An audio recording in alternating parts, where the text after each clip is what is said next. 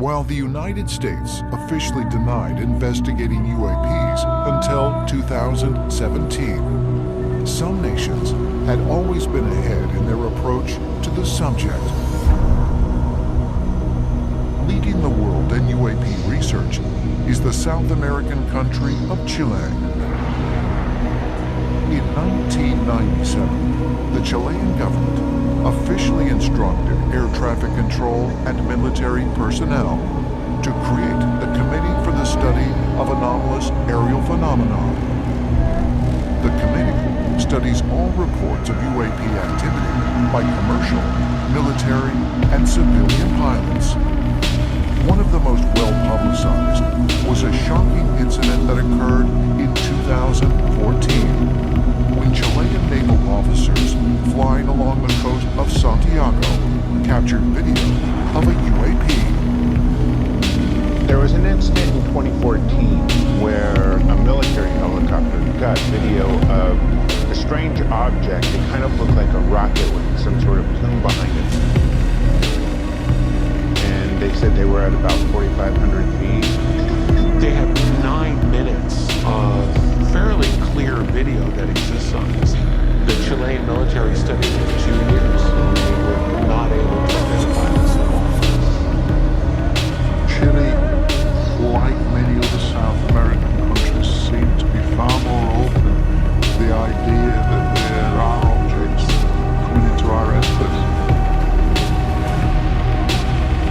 I think one of the reasons why South American countries are more open-minded about the UFO and the extraterrestrial question is because it is part of their cultural heritage. In fact, Peru and Bolivia, they're treasure troves for the ancient astronaut theory. The whole pre-Inca culture and even the Inca culture spoke of these beings of light that descended from the sky. And so these countries essentially grew up with this intrinsic knowledge of someone up in the sky. Brazil has had a history of really dramatic UFO encounters. Chile, I think Uruguay, maybe as well, but the whole world didn't pay much attention to it. In addition to South America, now other parts of the world are also starting to disclose information about UFOs. Governments are openly investigating encounters reported by both civilians and military personnel. But many researchers believe the most noteworthy country to join this international effort is also one of the most skeptical: Japan.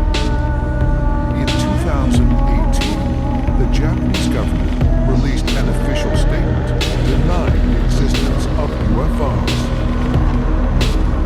For the longest time in Japan, those in charge, those at the top of the defense departments, have denied UFOs, shown a disinterest in UFOs, basically a complete dismissal of the UFO topic completely.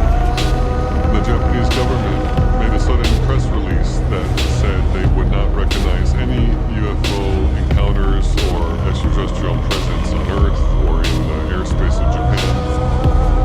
I thought this was very strange, as we had already interviewed 2 pilots who had several incidents and testimonies that they gave us regarding various pilots' encounters in the air and from the ground over the years when they were active in the military. Mamoru Sato, a former wing commander in the Japanese Self-Defense Force, said that he regularly heard stories from other pilots as well as civilians about UAP sightings.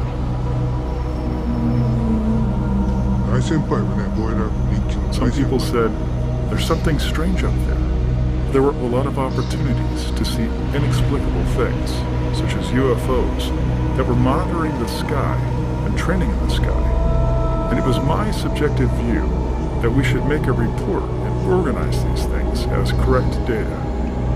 But even when this happened, it was only shared among colleagues and not reported publicly. According to Sano, numerous pilots have reported highly unusual encounters with what they describe as cigar-shaped objects. During one such incident, a student in his fighter pilot course even lost control of his craft. He said the aircraft started going crazy. The alarm rang to indicate that something was wrong with the machine. I saw a cigar-shaped object flying about 1,500 meters high from east to west. The anomaly continued until it disappeared. For years, pilots in the Japanese military were instructed to remain silent about such incidents. But in September 2020, Japan's decades-long policy of secrecy and denial came to an end when Defense Minister Taro Kono tasked the Japanese Self-Defense Forces to make a visual recording of any encounter with an unexplained craft. Many believe this very public shift in policy was prompted by a meeting held 1 month earlier between Minister Kono and his U.S. counterpart, Defense Secretary Mark Esper. The Japanese, after this meeting, gave a press conference. And they said one of the topics that came up was unidentified aerial phenomena. And we talked about the need to cooperate on this. That's a major development, I think, when you have close allies like the U.S. and Japan openly speaking about the UFO issue and agreeing to cooperate. We've come so far in such a short amount of time. The fact that Japan denied that there was UFO activity happening in their country, and now they're establishing the Japanese Space Operations Squadron, says to me that there clearly is something going on over the skies of Japan. Ancient astronaut theorists suggest governments throughout the world are finally beginning to acknowledge that there may be objects in our skies that are not of this Earth. August 1946. Esteemed U.S. Naval officer and explorer Admiral Richard Byrd, one of the first pilots to fly over both the North and South Poles, organizes Operation Highjump, the largest expedition ever to travel to Antarctica. With 13 ships, 23 aircraft, and over 4,700 military personnel. This was very important that after the conclusion of World War II, Admiral Byrd was asked if he would mount a large armada and go for 4 months. It was supposed to be that they would go in December, January, February, and March, and there was a list of military goals that they were to achieve, but by the end of February, something happened.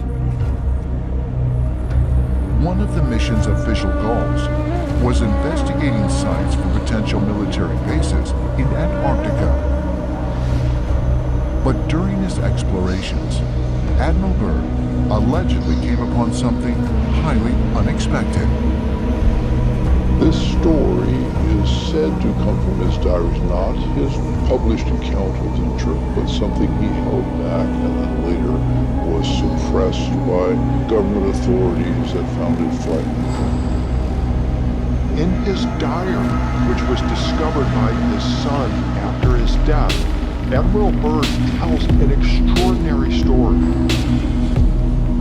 Admiral Byrd heard there was an entrance to the center of the Earth through the South Pole. And he took planes into the South, under the South Pole.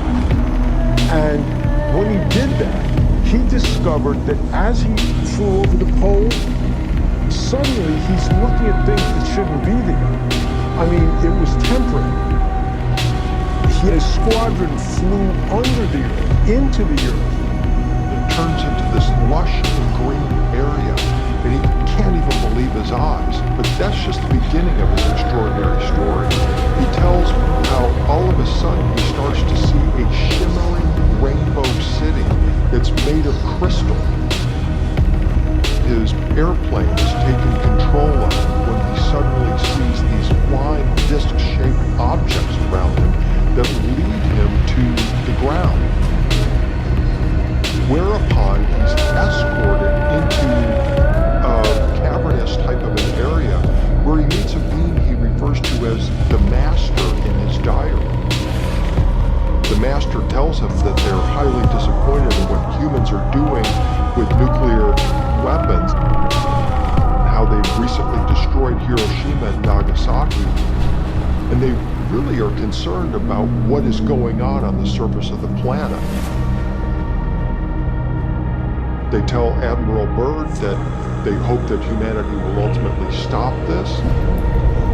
For UFO researchers, this account from Admiral Byrd's diary is particularly significant due to the fact that the modern UFO era began right after World War II and the detonation of the first atomic bombs. It has also been noted that a high number of UFO sightings have been reported in the vicinity of nuclear missile silos.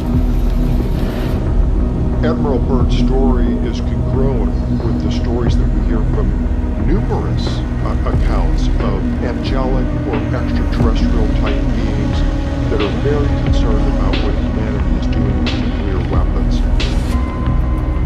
Just ask the Air Force officers at the U.S. missile silos, the nuclear missile silos, that have seen their silos and their nuclear arms disarmed by what are perceived to be extraterrestrial beings.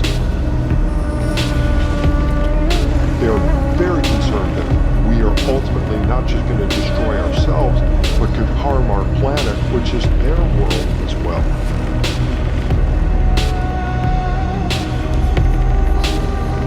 If Admiral Byrd's secret diary is authentic, does it reveal not only that there are highly advanced beings living inside the Earth, but also that they are monitoring what happens on the surface? According to the diary, after this incredible encounter, Admiral Byrd was eager to share his story, but was ordered to remain silent. Byrd comes back after this experience. He is taken to a government compound where he is told that he is never to speak of this publicly and that everything he says is classified. Could Admiral Byrd's story point to a profound connection between the ancient traditions of strange beings living inside the Earth and the modern-day UFO phenomenon? Ancient astronaut theorists say yes, and believe we may be fast approaching the time when we will find ourselves face to face with the beings of Inner Earth. Bridgeport, Connecticut, 1953. Albert K. Bender, the nation's top UFO investigator, receives a threatening visit that will bring his research to an abrupt and premature halt. Albert K. Bender founded the International Flying Saucer Bureau. This was during the big UFO Black Book 1952. Flying saucers were witnessed over Washington, D.C. and many other areas around the world. And this organization blew up big within that first year. However, just a year later, he suddenly ended the International Flying Saucer Bureau, and people wonder why. And what happened was that he came home one night, went into his bedroom, and suddenly these three dark, shadowy figures materialized through his wall into his bedroom.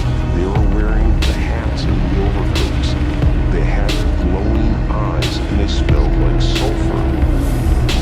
According to Bender, the three entities communicated with him through telepathy, warning him to discontinue his UFO research and stop publishing his influential magazine, the Space Review.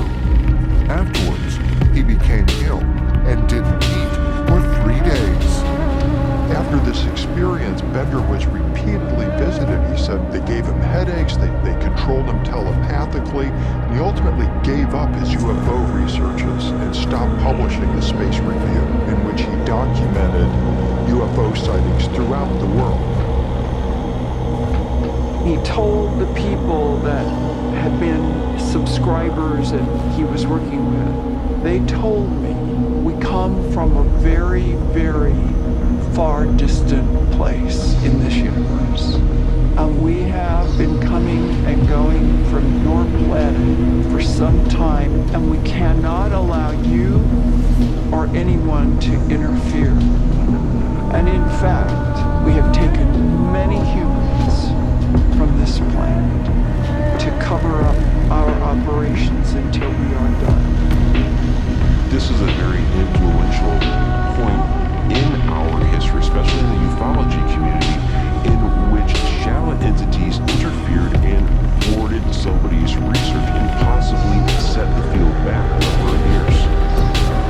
The visitors Albert Bender encountered matched descriptions of what is today known as the Hat Man, but he called them by another name, the Men in Black. While the Men in Black are often portrayed in pop culture as government agents, many who claim to have encountered them believe they are something other than human. The Men in Black are mysterious and nefarious entities. They're shadowy, they wear black clothing.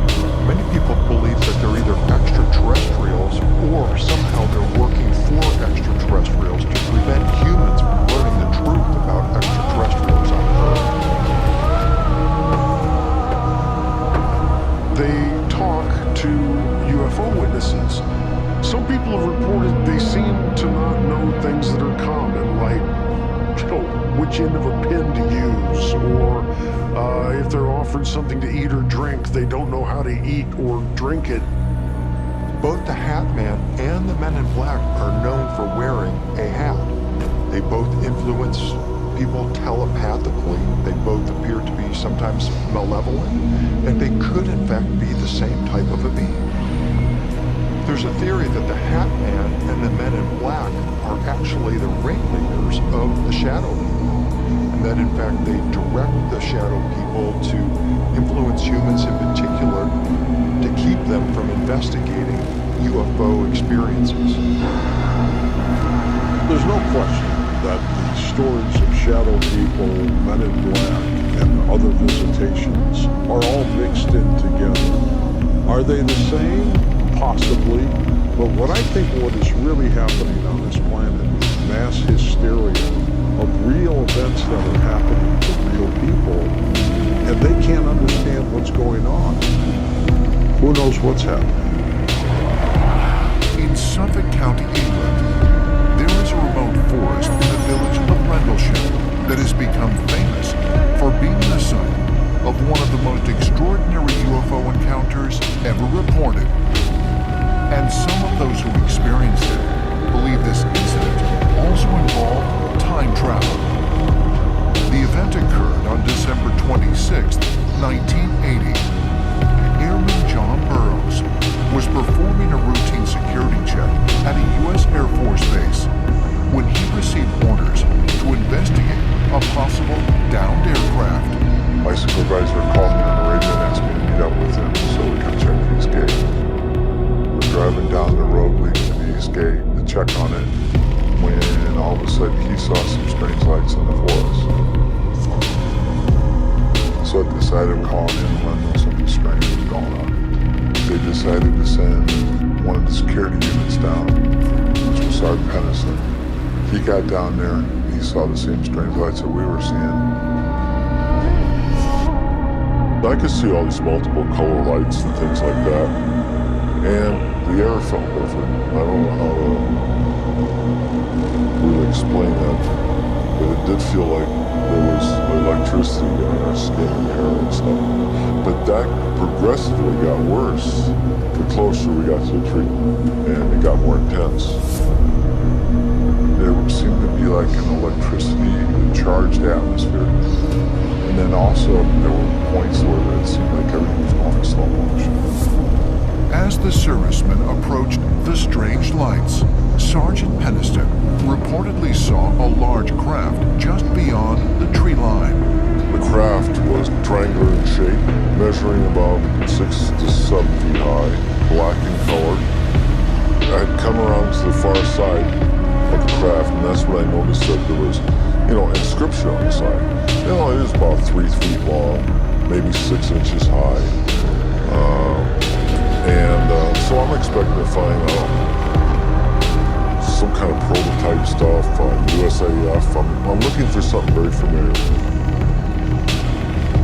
Instead of something familiar, I see these pictorial type glyphs, and got running my hand over the side of the craft. I don't know how to explain this. It's like someone was holding a picture of it, okay? I could see it in my mind's eye. Zeros, ones. So I recorded those, one after another.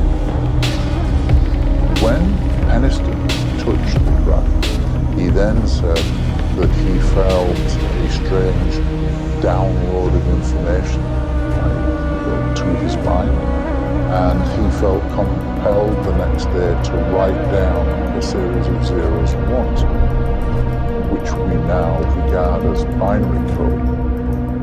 Years later, a computer programmer took this information, ran it through a translation program, and a message emerged.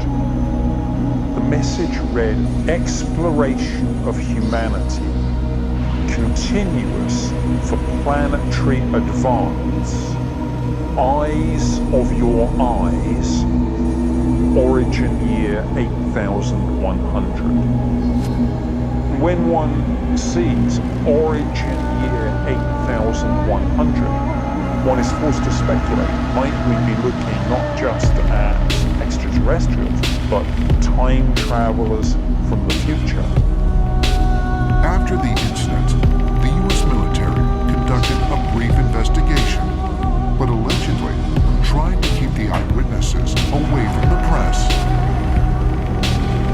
But for Airman Burroughs and Officer Peniston, the event wasn't easy to leave behind. Both men had lasting physical effects from the encounter, and even reported strange dreams. After the incident, I started having throat and eye problems. At one point, my gums started whining. I also had vision problems, and when I went and saw the doctor, one of his first questions was, had I been ever exposed to radiation? I've definitely had dreams about it, and I still have feelings about what happened and what could happen in the future. I got out of service in 1983. Then I was on about maybe 3 months, and then I started getting these dreams and nightmares. During the dreams, I could see that these were time travelers 40 to 50,000 years in the future. I see that their purpose to come back was to correct things, was to fix things. Something horrible is happening. Something they have to correct.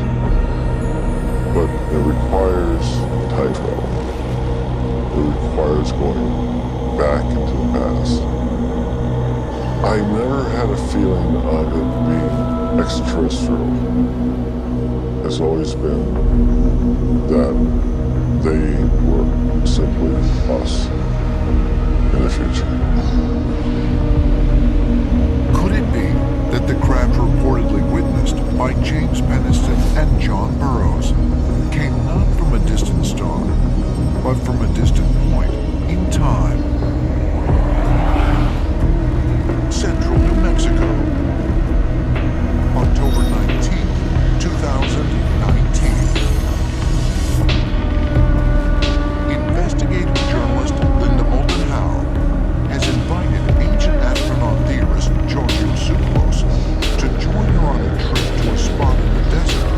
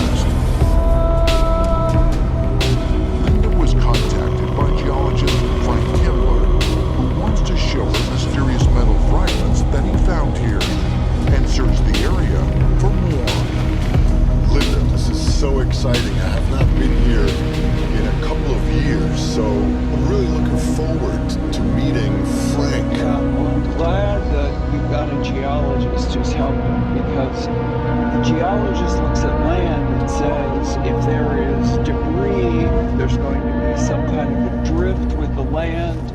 And just from what I know, he has studied Samaritans meticulously. Right.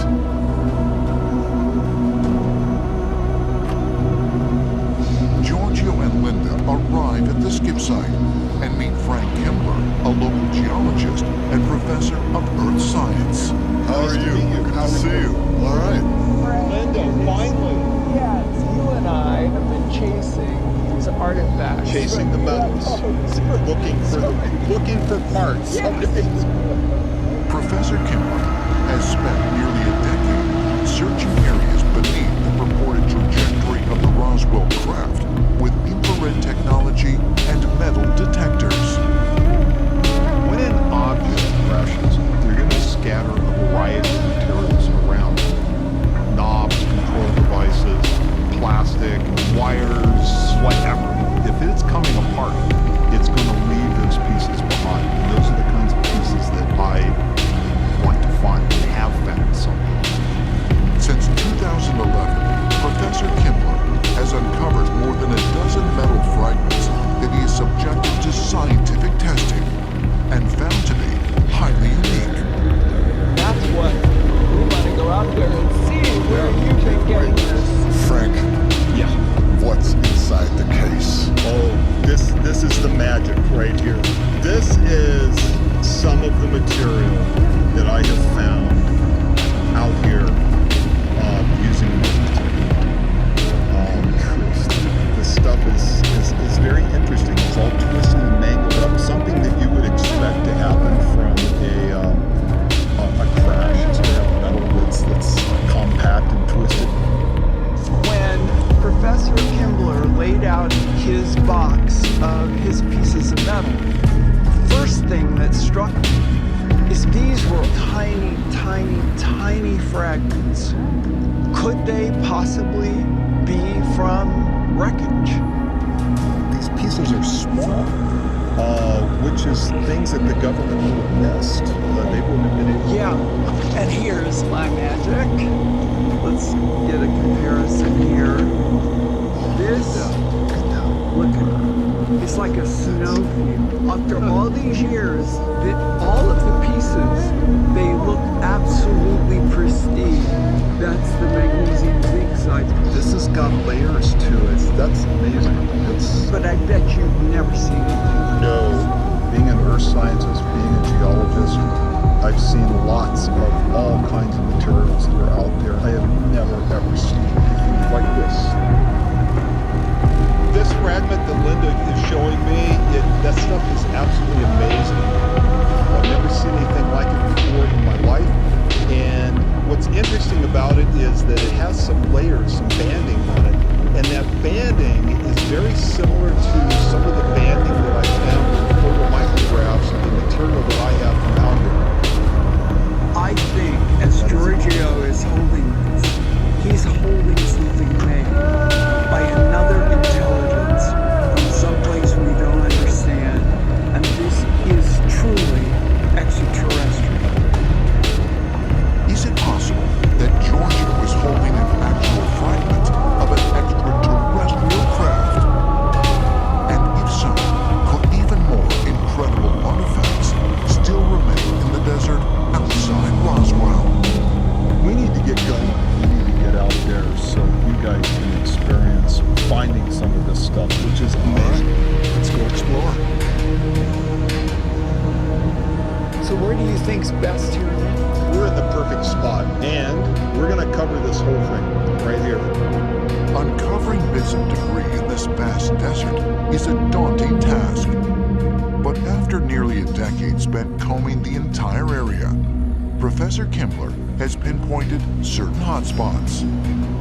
Some of the artifacts he brought with him today were discovered in this very location just within the past month. So just above the area of the ground, we're going to sweep back and forth like this. We're going to cover this side to side, back and forth, little by little. I've been out here 6 or 7 or 8 hours at a whack swinging this thing till my arms break off. We can cut across this way. You're waiting for that beach. We're looking off in this general direction out here.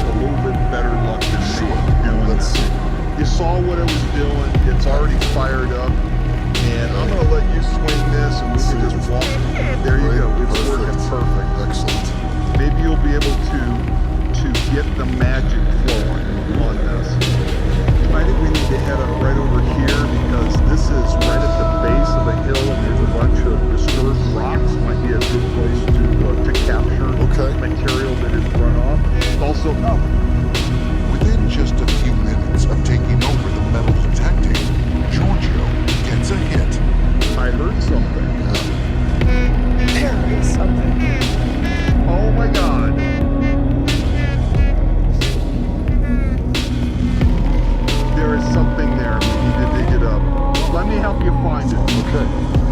It's right here somewhere. We'll find it. We will find it. You're on top of it. You're right there.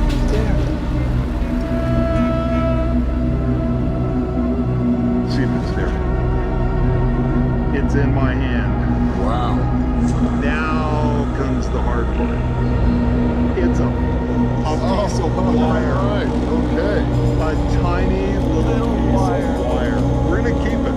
We're gonna take it and have it analyzed because maybe it's got something in it that's weird. Let's still investigate this. We need to take it and have it tested. Giorgio hands off the metal detector to Linda, who continues along the gouge. Just a few feet from where Giorgio detected a piece of wire, they get another hit.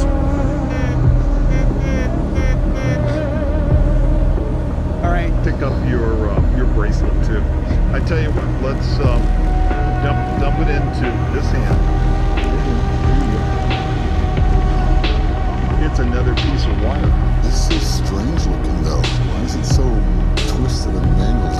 I have no idea. You said that if there was debris, this would be one of the places because it's geographic terrain. It's run off, and this is what I've used time and time again to find stuff.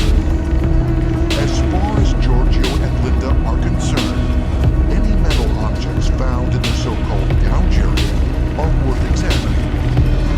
Is it possible that these bits of wire represent debris from the 1947 crash that was overlooked by the military? Van Binh Province, Vietnam, 1991. Logger Ho Kong discovers a mysterious entrance to a hidden mountain cave obscured by dense jungle overgrowth. The cliffs leading down to the entrance are so steep he cannot explore it further, but he notes its location. Nearly 2 decades later, the British Cave Research Association finally explores the cave. What the team discovers is astounding. It is the largest underground chamber on the planet. It's not just a cave. It's an actual world in Vietnam. Inside this cave, it's 40 stories high. There's actually an ancient forest. It's got flowing water, not just a puddle or a stream, but an actual river. Inside the cave is an entire growing ecosystem. And it's so deep that it looks like it's an entrance to a whole other reality. This incredible subterranean realm, called the Son Doong Cave, is estimated to be roughly 3 million years old. It runs through the earth for nearly 6 miles, and numerous areas where the cave ceiling has collapsed allow sunlight to enter, resulting in the growth of trees and other vegetation. But according to area residents, what's most notable about Son Doong Cave are the strange creatures that are believed to dwell within it. Local residents describe seeing reptilian-type humanoid beings emerging from the Son Doong Cave. And they believe that they actually live deep inside this cave. What's fascinating about this is that these reptilian-type humanoid beings are similar to the seraphim or the winged serpents in Kabbalistic tradition. The seraphim are said to have gone and lived in the inner earth according to Kabbalistic teaching. Is it possible that reports of reptilians at Son Doong Cave are encounters with beings from inner Earth? While it may sound too incredible to be true, there have been reports that during the Vietnam War in the 1970s, U.S. soldiers encountered what they described as upright lizards inhabiting caves. And accounts of reptilian beings existing in underground caverns can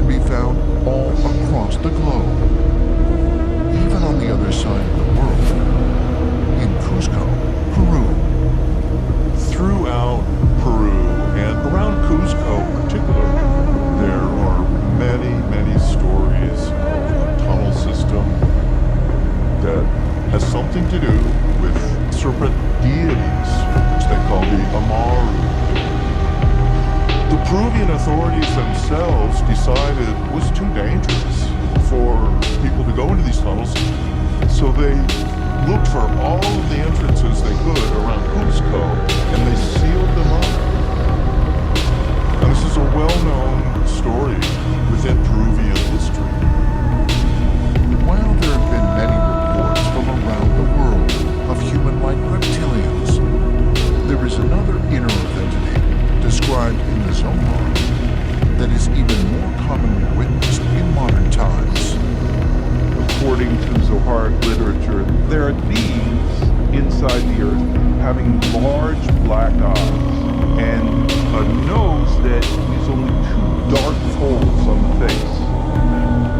Now that corresponds to things that we've seen about, heard about these, for lack of a better word, ETs. There is a lot of evidence that these beings that we think are coming from another planet are not coming from another planet. They're coming from inside our own Earth. The black-eyed entities, commonly referred to as grays by ufologists, are the beings most often reported by alleged alien abductees. Many of whom claim to have been taken aboard saucer-shaped craft. Could it be that the so-called flying saucers, so often reported in modern times, are not coming from outer space, but inner Earth?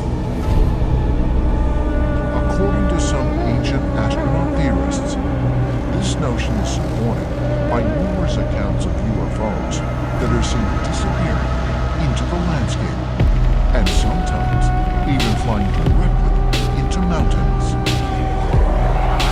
In the middle of the Pacific Ocean, roughly 2,500 miles northeast of Australia, lie the ruins of a once great ancient city, Nan Madol, consisting of hundreds of man-made islands off the eastern coast of Micronesia.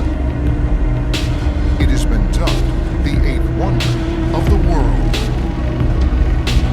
The site of Nan Madol on the island of Pohnpei in Micronesia is one of the strangest places on the planet.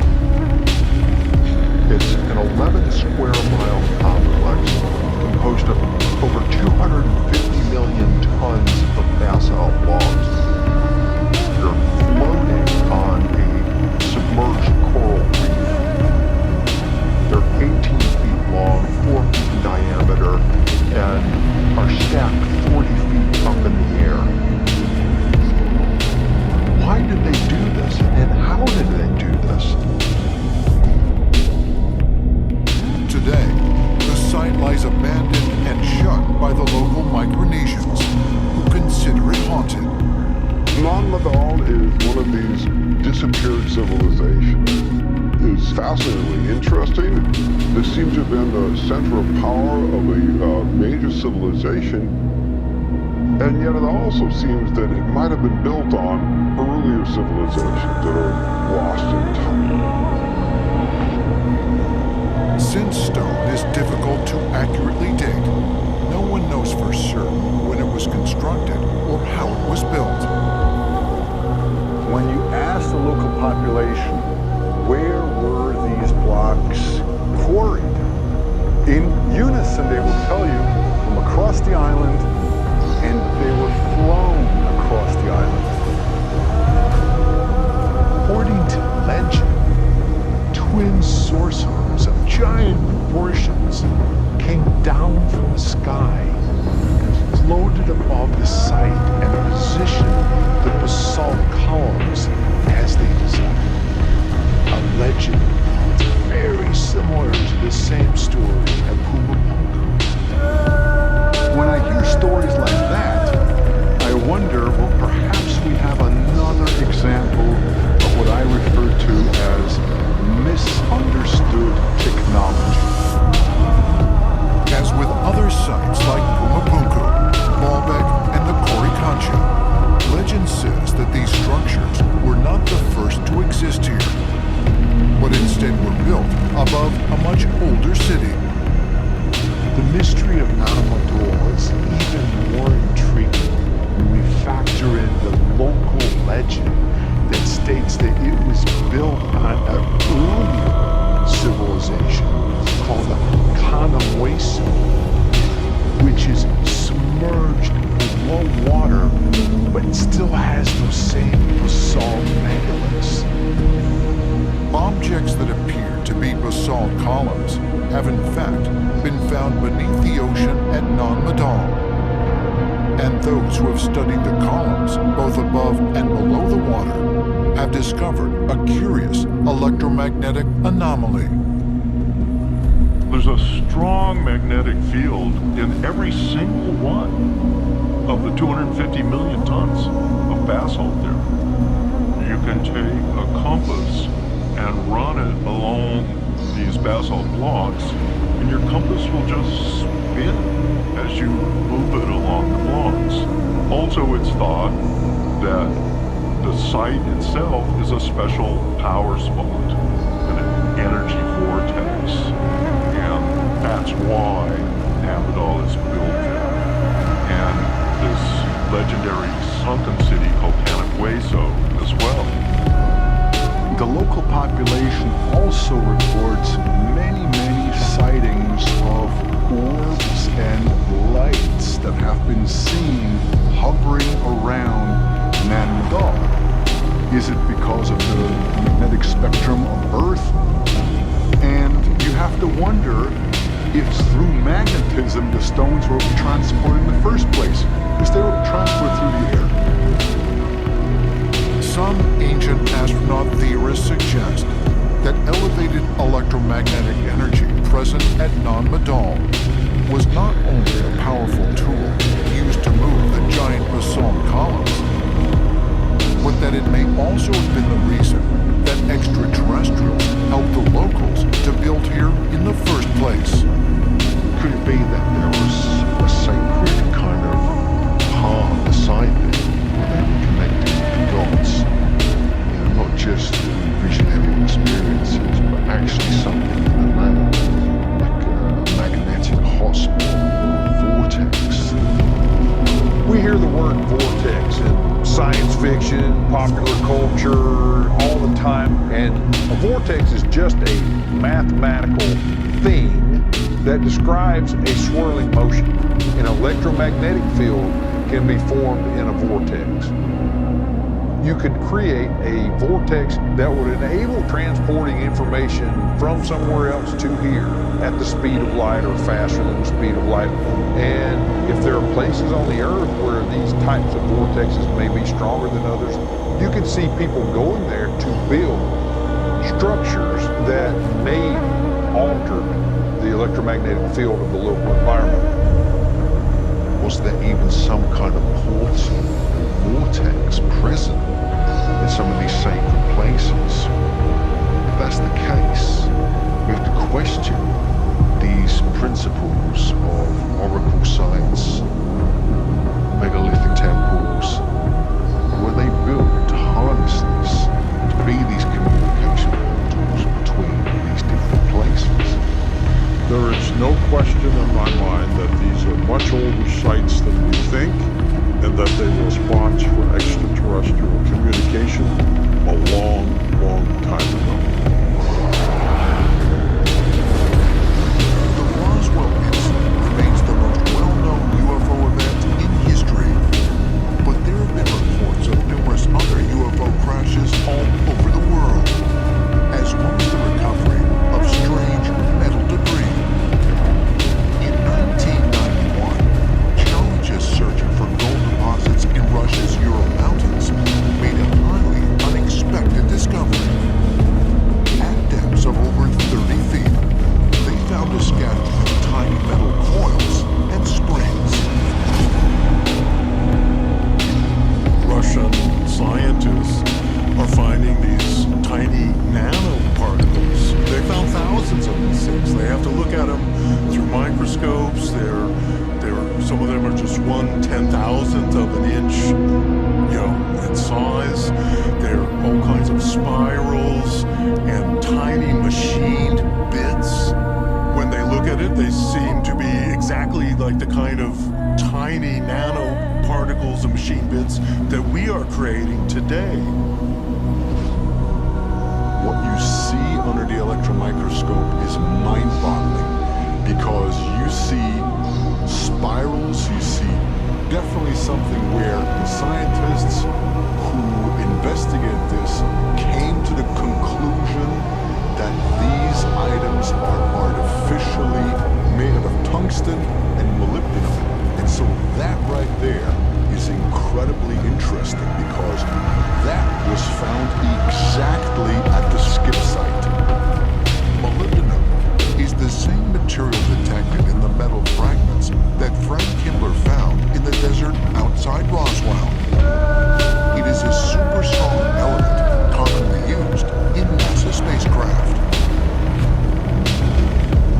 These microscopic spirals were made of wolfram and molybdenum. The melting temperature for wolfram is about 6,000 degrees Fahrenheit, and for molybdenum is about 5,000 degrees Fahrenheit. Some version of NASA from some other star system could send a probe here to Earth, and it could fail and crash into Earth, and we would look at it and think, wow, where did this come from? Maybe one day we might be creating our own Roswell when we send our first probe to the nearest star. Ancient astronaut theorists point out that dozens of visitors to the Ural Mountains have reported encounters with strange, cigar-shaped craft trailing fire across the sky. Could this be the Russian Roswell? Indeed, people living in the Ural Mountains, maybe more often than people living in other parts of Russia, witness some strange phenomena in the air and on the ground.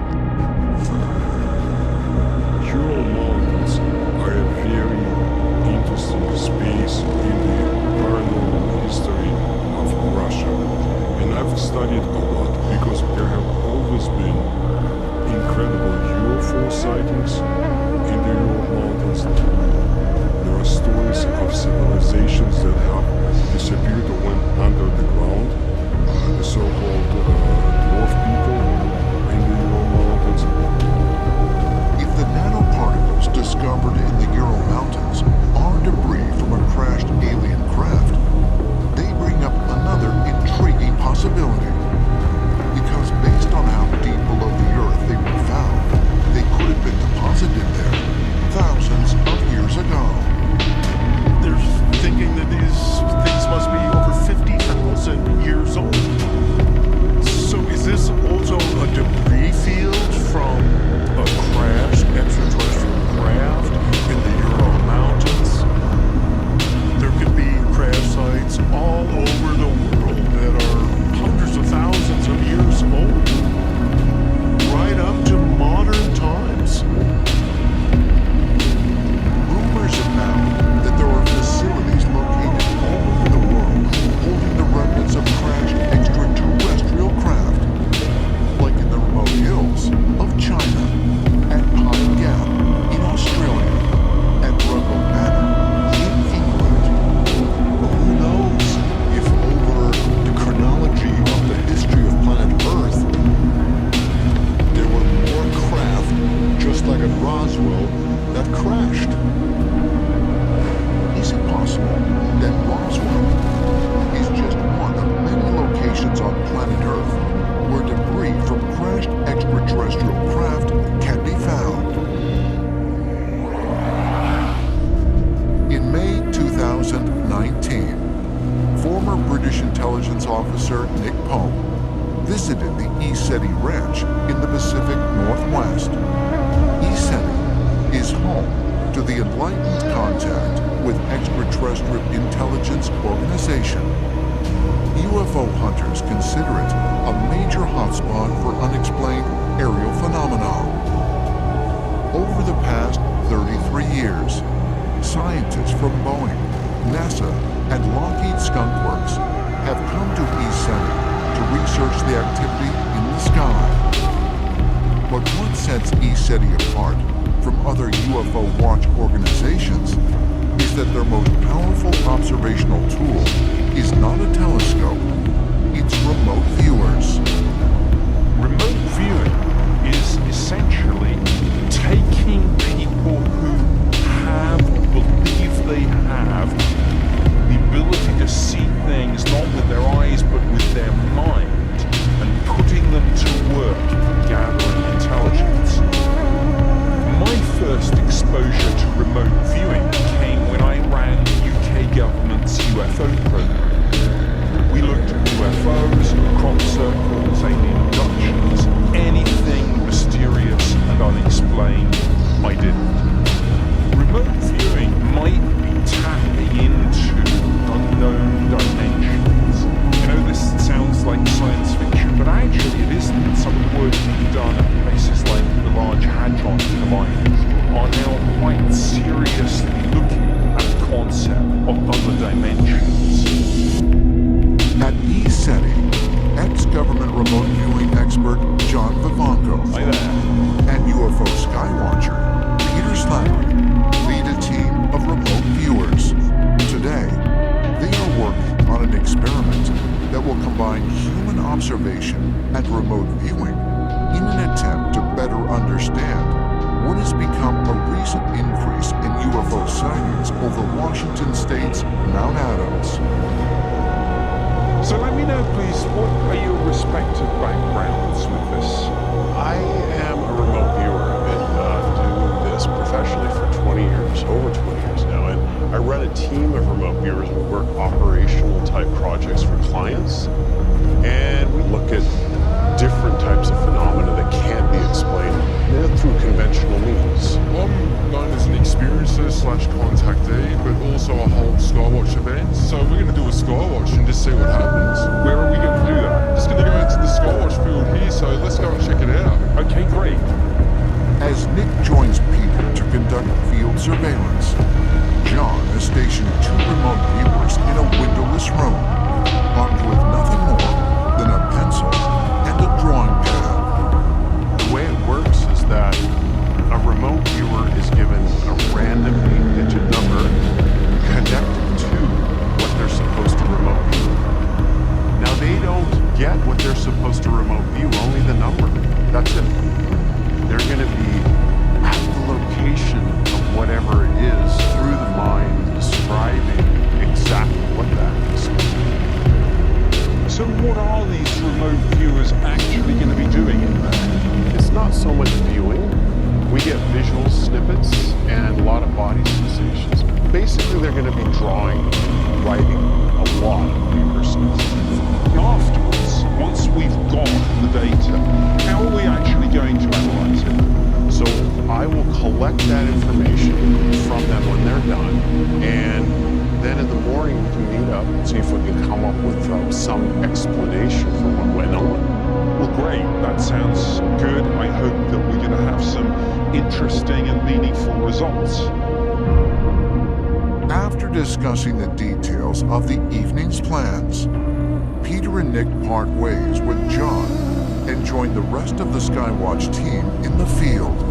Pete, I see the team has grown somewhat. Well, we've got Adam here with us. He's going to be helping out with the satellite tracker and monitoring the gear. Just very important to be very quick off the mark, knowing what's what.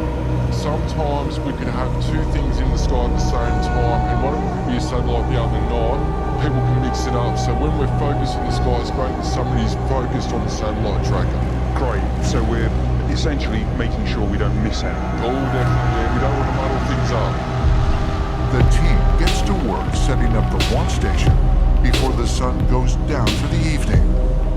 They will be using various technology, including infrared cameras, in order to capture any anomalies in the sky. The location for their launch overlooks Mount Adams, the largest active volcano in Washington State, and a hotspot for UFO sightings. As night sets in, the team has all eyes glued to the sky and on the lookout for any objects that might cross their path. Utilizing real-time satellite tracking data, they can anticipate the arrival of all man-made traffic passing over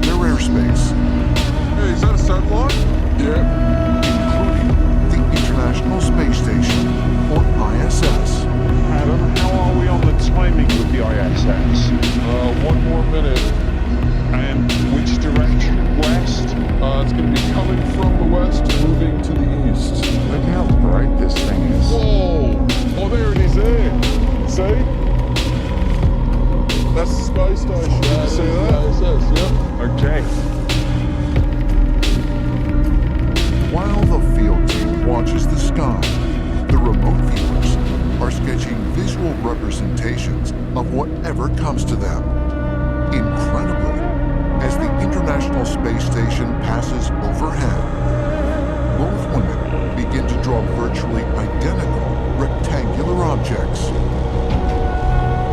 Well, it's not a UFO, but it's still a pretty spectacular thing. Yeah, it's pretty epic to say. After spotting a few other satellites in the sky, Nick and Peter notice a mysterious, fast-moving object, one that does not appear to be a satellite. One right there, right now. Look how quick it is. Is that a satellite? I've got it on camera. Where you at? East, southeast. I see nothing on the tracker. Can you see it up here, guys? Okay, I definitely saw it up in that section of the sky with my naked eye. It just caught my attention out of the corner of my eye. I turned around, saw it for a few seconds, and then it faded. That's exactly what I saw. And there was nothing on the monster at all. Nope, nothing at all. That section of the sky was clear. And that's satellites. What about aircraft and flight pods? Nope, everything was clear. Okay. Well, it was something. Did Nick Pope and the ECETI team spot an extraterrestrial object in the night sky? One that inexplicably disappeared.